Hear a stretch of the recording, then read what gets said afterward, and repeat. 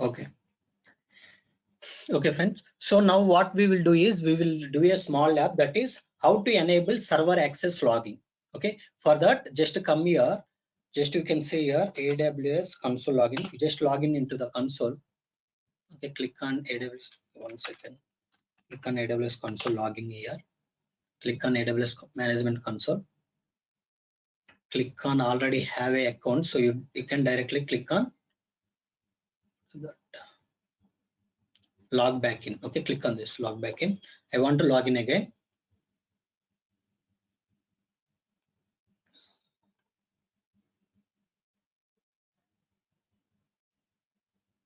So let me log in into the portal Cloudpandith.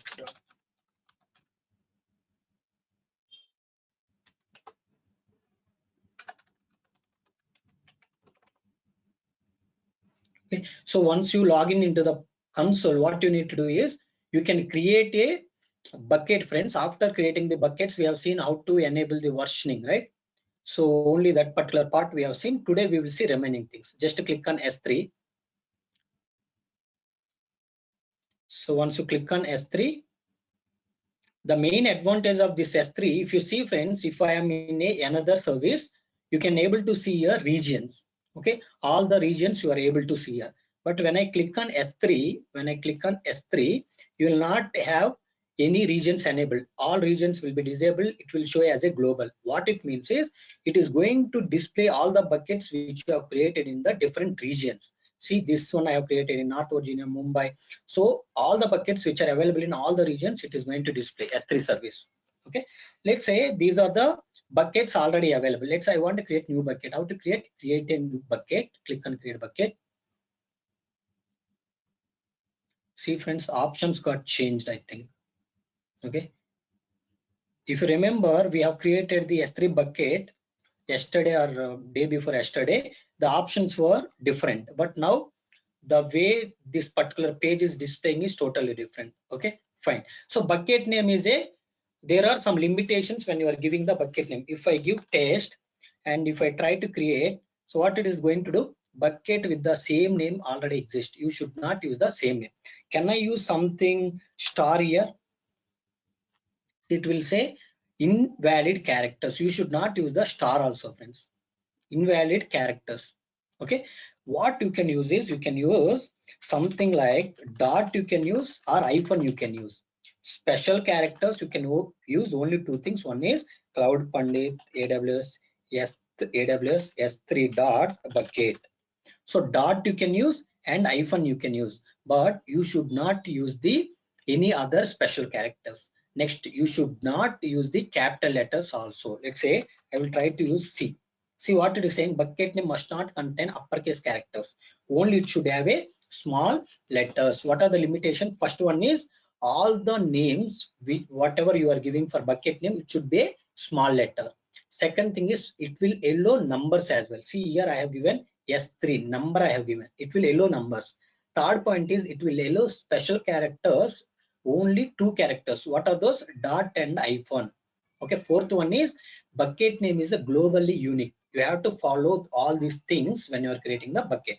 Next, in which region you want to create this bucket, you can select Mumbai is the nearest to me. I will select the Mumbai. Next, come here. You can block all public access. By default, all public access it will be blocked. If you don't want to block all public access, whatever data is available in this bucket, if you want to make it as a public, you can uncheck it. Now anybody can able to access. So when you uncheck, you have to say that you are doing, you know that what you are doing. For that you have to acknowledge it. Okay, just click check this option to acknowledge. I have acknowledged. Then if you want to go to advanced options, okay, you can go to the advanced option. If you don't want to go to advanced option, just click create bucket. Okay, successfully created bucket Cloudpandith AWS S3 dot bucket. So what is the bucket we have created? This one. If you click on this bucket,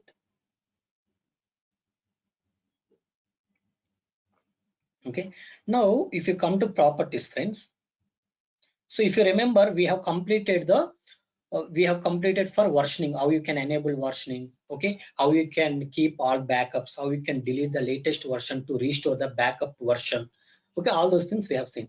Today we are going to see server access logging. Server access logging, basically whatever requests are coming to you, whatever requests are coming to your S3 bucket, all the requests will be tracked. All the requests will be tracked. Who is making what request, who is doing what, who is downloading the file, who is uploading the file, everything will be tracked, friends. For tracking these details, for storing all this information, you have to enable this server access logging. How to enable? Click on this. After that, we have to enable logging. After enable logging, so as we discuss, right, it is going to store all the information: who is uploading data, who is accessing what data, who is downloading the data. So all this data, where you want to store. So you have all these buckets, but in which bucket you want to store this information, these logs? I want to store in the same bucket. Select this bucket. Then in this bucket you are selecting, fine. When it is storing some data, what is the target prefix? Target prefix, if I say Cloudpandith, what it is going to do is, when it is storing the data, it will create a different files. Cloudpandith 0101. So Cloudpandith is the prefix. Starting it will be there, Cloudpandith. Later you will have a files will be generated, that is 0101, okay, or 0102. Next file may be 0103. Some number it will generate automatically, but the starting name is Cloudpandith because my target prefix is Cloudpandith. Okay, suppose if I have given here log and some unique number, it will attach. So dot log, in that file all the server logs will be stored, friends. Click save. Okay, this is how you are going to enable the server access logging.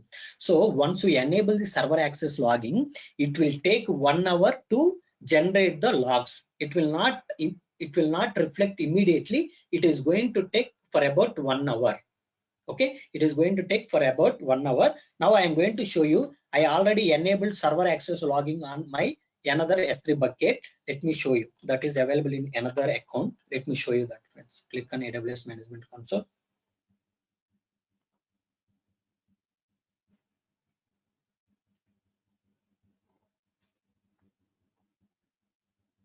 Click on S3.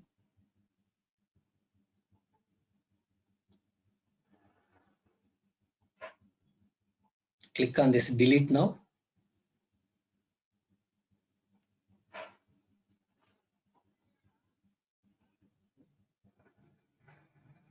It is refreshing. Just wait a while, friends. See, log. So log I have given as a target prefix. After that, it has given so year, month, and date, hour, minute, second. After that, it has given a some unique ID. So this is how it is going to generate a files. In those files, it is going to keep the data. If you download this data, you know who has done what. Okay, so all the content will be there in this. Okay, Cloudpandith. Okay, some data it will have, but there is no information in this because I did not do anything. So here some 404, somebody is trying to access some file, but that file is not available. Okay, 404 means file not found error. Okay, so likewise logs will be generated in this account also, but after 1 hour it will start reflecting, friends. Okay, there will be files created automatically. If you see after 1 hour, you can able to see those files. That is one thing. Next thing, what happens is some people, they will try to change this bucket name. Okay, after some time they will try to change this bucket name. What is going to happen when they change bucket name is, now whatever logs it has to write, it is not going to write directly to the changed bucket, another bucket. It may write half of the logs to the this one, half of the logs to this new bucket. But later on, as time goes, it will keep writing all the logs to the newest bucket. But initially, it when you change first time, when you change the bucket, it will not write all the logs to the new bucket. It will write some logs to the old bucket, some logs to the new bucket, because first time it may not reflect immediately. This will reflect very slowly, friends. That is the problem. Okay, so but this is how you are going to enable. If you want to change the target prefix, you can change at any time. If you want to change the bucket name, you can change at any time. Okay, to write the logs to this bucket, on this bucket you need to have a permissions. If you come to permissions, you can able to see something called here down.